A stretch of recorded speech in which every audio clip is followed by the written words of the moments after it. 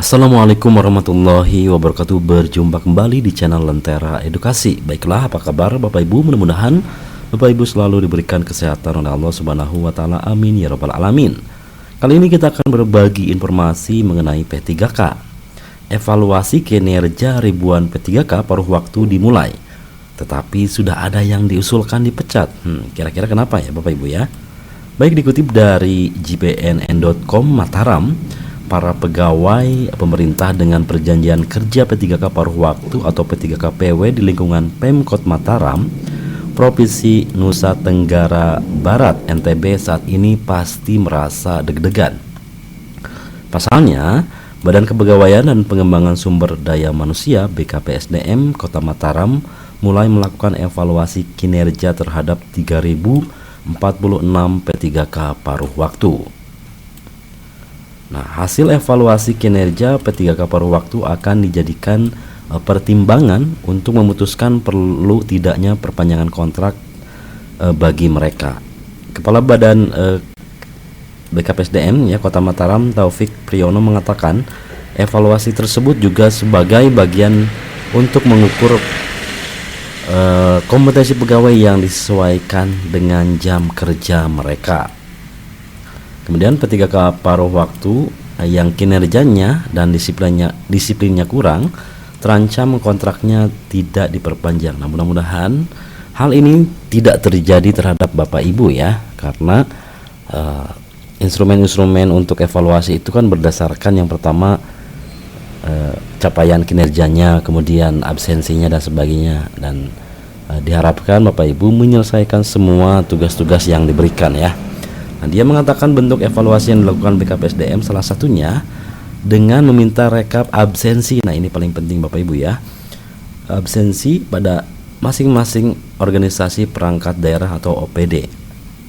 Nah, data absensi termasuk kehadiran saat apel pagi sejak bulan Januari harus diserahkan oleh seluruh OPD yang akan menjadi bukti autentik kehadiran P3K paruh waktu.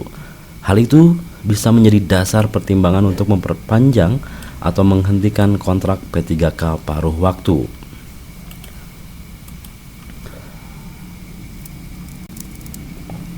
Jika absensi mereka terbukti tidak masuk kerja tanpa keterangan beberapa hari, nah nanti akan diakumulasikan ya, termasuk kehadiran apel. Kami minta kepala OPD jujur menyampaikan laporannya, katanya.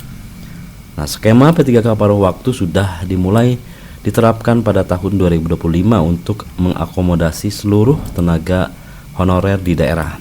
Pemerintah daerah memberikan kontrak 1 tahun dan bisa diperpanjang di tahun berikutnya dengan catatan memenuhi kriteria disiplin serta kinerja yang baik. Di sisi lain, tambah Taufik, BKPSDM saat ini tengah memproses pemberhentian 2 orang P3K paruh waktu. Nah, status pemberhentian keduanya sudah diusulkan oleh masing-masing OPD.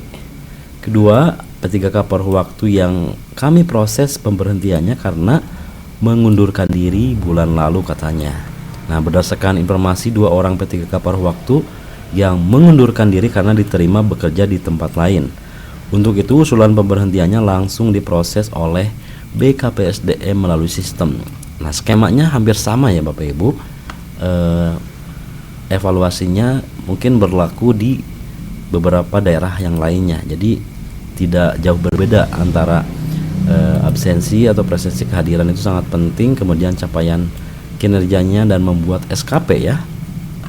Nah, selain itu juga P3K paruh waktu pemberhentiannya sedang diproses karena terindikasi melanggar hukum atau indikasi terlibat penyalahgunaan narkoba pada salah satu OPD. Nah, untuk itu ya, untuk P3K yang terindikasi penyalahgunaan narkoba itu sudah jelas dan diusulkan untuk dipecat. Nah, kesimpulannya Bapak Ibu ya, mudah-mudahan di akhir masa kontrak nanti Bapak Ibu dalam keadaan baik-baik saja ya, tidak banyak masalah mengenai kehadiran, kemudian